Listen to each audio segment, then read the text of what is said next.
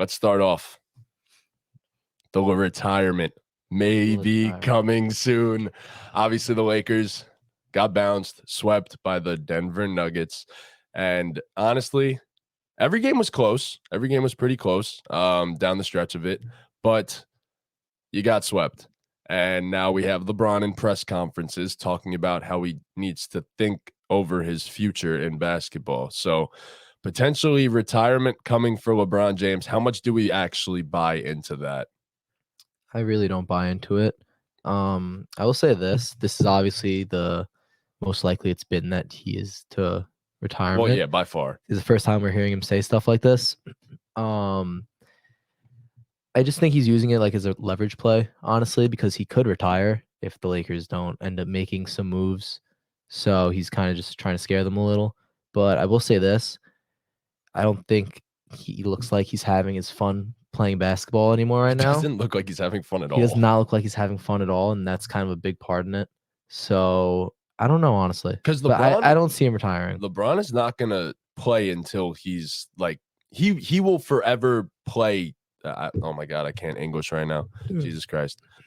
He's not going to let himself be worse than a top 10 player in the NBA at any point. Once he feels as though there's any sort of slippage, he's also going to call it quits. And I mean, look, this is the first time that we've kind of seen, obviously in game 4, he looked fucking phenomenal in the first half. But this is the first time that we've really seen LeBron kind of look human, I guess, in a playoff run nonetheless.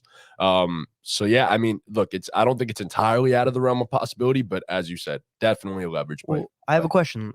I mean, would it really be the worst thing if if LeBron retired? You won your championship in 2020. You know, AD is still a tradable asset that teams would give up a lot for. If he retired, you're finally giving the Lakers an opportunity to reset and rebuild properly after LeBron being in LA. I feel like LeBron and AD in LA has almost ran its course at this point. We're kind of nearing the end. You're not going to see them get any better.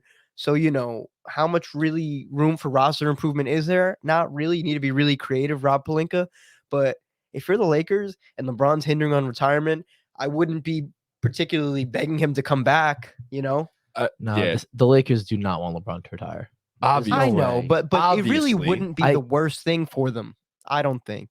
I mean, listen, man. It's LeBron James, but they put a competent roster around him for 20 games, and he got them to the Western Conference Final. Exactly. Yes. I mean, I think the Lakers are in a great. I know, but you're going. It's going to be another year. He's only going to get older at this point. We saw some slippage in these playoffs, bro. And granted, obviously, we know there's the foot injury or whatever. Like, he's probably going to end up having an offseason surgery. That's most likely going to happen. Probably. But we saw slippage. Like, we saw that LeBron is human, and he's becoming more and more human by the year. That's not fine, going to get younger. Him being human is still a top 10 player in the league, and with him and Anthony Davis, if they have a competent roster, like we said, they'll be a championship contender either way. So there's a lot of questions to answer. There's a lot of questions. Retiring. But how? It's not super easy to just put together a competent roster. I think they did, though. They did. But they're not getting those guys made. back. They're not getting everybody back for next season. They're going to lose like one of them. I don't think you need to get everybody back. I think the D'Lo's two guys gone. that are priority, D'Lo's gone. No, Probably. the Lakers are not re-signing D'Lo. The two guys that you need to make a priority are Austin Reeves and Rui Hachimura. Those two 100%. need to be back next season, no matter what. After that, Jared Vanderbilt takes on the back burner, and then obviously Lonnie Walker, same thing. But those are two guys that you potentially want to re-sign to if the price is right. I'd say outside of that, obviously D'Angelo Russell can walk. I don't know if Malik Beasley's a free agent this offseason. Yeah. He is. Let Malik Beasley walk because he meant nothing to you too. So after that, I think you figure out a couple 3-and-D wings and you're back in business. If you get those two primary guys back, that's where I'm at with the Lakers. I mean, with the Lakers this season, it's just the health of their stars. Has a lot to do. LeBron got hurt towards the end of the season. You know what I mean? He's getting old. You know, he's getting to the point where injuries are possible for him. He's not indestructible anymore. You know, so we've seen it consistently over the past couple of years. I just think for the Lakers, for it to work out, the roster construction almost needs to be perfect around LeBron at this point in his career. It can't just be a string of 3-and-D guys and he'll make it work. I really don't think it's like that anymore. I don't think that's what this roster is. Agreed. No, it's not. But I this don't think roster replacing. I think this roster showed this past year towards the end of the season they could win games without LeBron. Yep. They understand got that. into the play-in without LeBron for most of that stretch when they made the trades. The roster is not an all-time great roster by any stretch of the imagination, but I mean, you look at where this roster was at the start of the season and you look at where it is now, they're in the right direction. Rob Pelinka, a lot of people want to shit on Rob Pelinka, but he showed he's not afraid to make moves. He made moves that helped the team. So there's definitely moves that can be made, but you have a guy like Austin Reeves who can be, I don't think he's a third option on a championship team, but he's a third ball handler in a way. He could take the pressure off LeBron. You have a guy like Rui Hachimura who showed at times he could take the pressure off. You have a guy like Dennis Schroeder, who everyone likes to shit on Dennis Schroeder. I thought Dennis Schroeder bring him back. I thought he was great in these playoffs. I agree. Honestly. In his role, I agree. he's great, and that's just another guy who could take the pressure off. This is, like you said, this isn't the typical LeBron team. It's not a bunch of 3-and-D guys around him. It's honestly a bunch of guys who can handle the ball and create for themselves. And I think that's what LeBron needs at this point in his career. And he showed us in Game 4 when he wants to, he's still that guy. Like, it's clear as day. He's still that guy. But still, even when he's that guy, they're still losing. They got They swept. are, but he had 31 They were in the clearly first half. not as good as the Nuggets. But and if he they was- come bro, back this- and they're but- even but if they come back even better than they were this season, they're still not beating the Nuggets. That's just not. I agree with his It's just statement. still not going to it happen. depends the moves they make. So what do you like? What's the plan? Kick LeBron out the door? Tell him don't come back? Retire? No, you're gonna. I mean, obviously, LeBron. I do think LeBron's going to come back. Right. Yes. What I was saying was, if he was contemplating retiring, actually, I wouldn't be like, please come back. But for next season, you're going to run it back. You're going to try to get better. You're going to, make a playoff run. I just don't think with LeBron and AD, they're going to be able to win another championship. I just don't see it happening again. I think they just need another guy who can be like a shot maker, like a go-to shot maker. Again, you have him. But if you do, could but- go out and get a guy like Kyrie, I think it changes. That's what I'm the- Y'all need to. saying. Then- bro, then my Austin mind Reeves is that changes. guy. He is. He's been like that. Austin Kyrie. Reeves is Yeah. no. He's No, not he's Kyrie. not He's Kyrie, been but- someone that they could use as a shot maker. far less of a problem than Kyrie. Far less of a problem. Maybe we're gonna say, okay, if LeBron gets him back, he's not gonna be a problem anymore. think I'm he sorry, will. bro. I can't guarantee that. Oh, I just can't okay. guarantee that. It's over. I mean, I'm taking But can you the talent guarantee of that? Kyrie Irving. Yes. You can't. I- Just as much as Obviously, I no one can't can guarantee that, it. you can't guarantee that. Exactly. That's my Thank you. point. We're analyzing basketball. There's no guarantee. Yeah, I don't know if Yeah. Kyrie is necessarily the answer. I'm I just saying, agree. I think it could be an answer. I don't top think they echelon need- guard. I that- don't even think it's that. I don't think they need another all-star caliber player. I think they just need more guys. They pretty much had like a 6-man playable rotation. It was LeBron, AD, Reeves, Rui, Lonnie at times. Lonnie at times, and D. Dennis Schroeder. Schroeder, and that was it. Tristan Thompson. Oh my. I mean, D'Lo was he played good. He unplayable. played good. Jared Vanderbilt was unplayable, and then there was no one else. You just need a few more guys, I think. See, I think bringing back Jared Vanderbilt also entails that you need to get more shooting on this roster. I think Vanderbilt can absolutely fit on this team as potentially a backup small ball big, but you need more shooting on this roster. Like, that's just a fact. You need more. Yeah, you need more shooting regardless. If you bring yes. Jared Vanderbilt, I think it's back or especially not. important if you bring Vanderbilt. I think it's just as clear as day. Jared Vanderbilt, at his best, is just a utility guy. which Which is fine. works. That's fine. That's fine. But that's just what he's come not. playoff time, he can't play 30 minutes. No, he could with the right no. team around. I think like, straight up, no, you can't have a guy that can't score the ball for 30 minutes on the floor. In the NBA playoffs, you can't.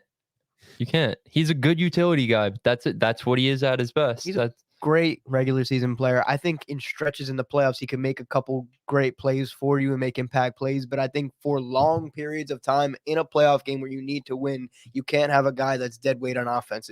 It's not going to work. for He's you. just got to practice shooting in the offseason. That's his number He's got to one do thing. something. Have Yeah. some kind of knack on. I mean, I'm offense sure that he's good all of at. these players practice. yeah, enough there's shooting no in the doubt that they No, all no. practice this shit in the offseason for sure. But it's a confidence thing once you get to the regular season. My point was, even if they do get that little bit better, like exactly what you're saying, I don't think that makes a 4-game difference against the Denver Nuggets or a team like them in the See, but it playoffs. doesn't have to make a 4-game. If you have a 2-game difference out of these first 4, it's a 2-2 series. That takes 2 more playable role players. I'm not disagreeing with you. I think the Denver Nuggets, and look, the title of our fucking video is they're the next big dynasty, which I think honestly they are fully capable of being. Yeah, we're gonna get into that. But at the same time, I don't think the Lakers are far off from being a legitimate contender and beating this Denver Nuggets team. I think that's I don't think you look at it from a standpoint of we just got swept by the Denver Nuggets. We're not going to beat them last year. I think the mindset has to be, hey, we were the 13th seed for 75% of the season. Mm-hmm. We made a few moves and we made our way to the Western Conference Finals. You know what I mean? Yeah. Like for the Lakers, it was a successful season, I think. Look, maybe not for gonna LeBron. Look at it No, like that. it's not Yeah, for when you LeBron, but have for the LeBron- Lakers, for what they had, what they started with, Absolutely. great Absolutely. season. You know, It's great if you look at the second half, but if you look at the big picture, it's just another wasted year of LeBron. It's Well, really yes, what when you it have is. LeBron and Anthony Davis, the ultimate goal is to win championships 100, and they failed at Or that at least 100%. make it there and have the opportunity to win one. 100%. But I just think with where this roster was, I mean, me in particular, I don't remember. I think you guys felt strongly about them, but like I never saw it with the Lakers roster in the offseason. I had them missing the play-in entirely in our predictions. Like I just thought the roster just flat out wasn't good. Yeah. If if the season was over right now and the teams were where they're standing, I would project them to be a top 4 seed going into next year. That's how drastically, like, they do deserve credit for that. And like you said, there's still moves to be made, but AD showed so many great things in this postseason. There's still some concerns with AD about his motor, but you got to remember, even when AD's not giving it to you on offense, he's the best defensive player in the game. Yes, agreed. He's one of the best, honestly, ever. We look at him and he's one of the best ever, honestly. Just still, I feel like even throughout these playoffs, we watch AD and he still hasn't made that leap to being the guy that the Lakers need him to be. There were a lot of points in the playoffs where he was. But not consistently. And that's the it problem. was half and because half. It really, no, quite literally, You yeah. have to be consistent to be the guy. I'm sorry. Like you can't be half the guy. That's not what we signed up for with AD. You need to be consistent every night. Yeah. You can give me good defense every night. That's great. But if you're going to sit here and be the second best player next to LeBron James when he's not in his prime, he's 38 years old. He can't be driving to the basket every time. Anthony Davis, you need to put up points. You can't have 13 points going into the fourth quarter in an elimination game. It just can't happen. I agree. Yeah. So himself, I feel like has a lot to do with why the Lakers were in the position they were in. Yes, he gave you really great games and he got you to where you were, but he didn't help you when you really needed him. Yeah. Ultimately, I think the Lakers honestly could be a team that this is odd, but this is a player that we've mentioned in the past, Gary Trent Jr. I mean, Gary Trent Jr. would be a perfect fit here. He's not afraid to shoot the 3 ball, and he honestly isn't afraid of the moment. He's one of the most he's a very confident role player, to say the least. So I think he'd be a good fit here. I think, like I said, I think they're 2 playable wing, like 3-and-D wings away from being like serious again, like for real. Reeves and Rui coming back, especially, you're probably going to put more responsibility on their plate next season, in the regular season especially, and that's only going to help these 2 for the playoffs, who were very good in the playoffs this year. So I don't know. I think this Lakers team could be back. Yeah, our boy DJ makes a good point in the chat.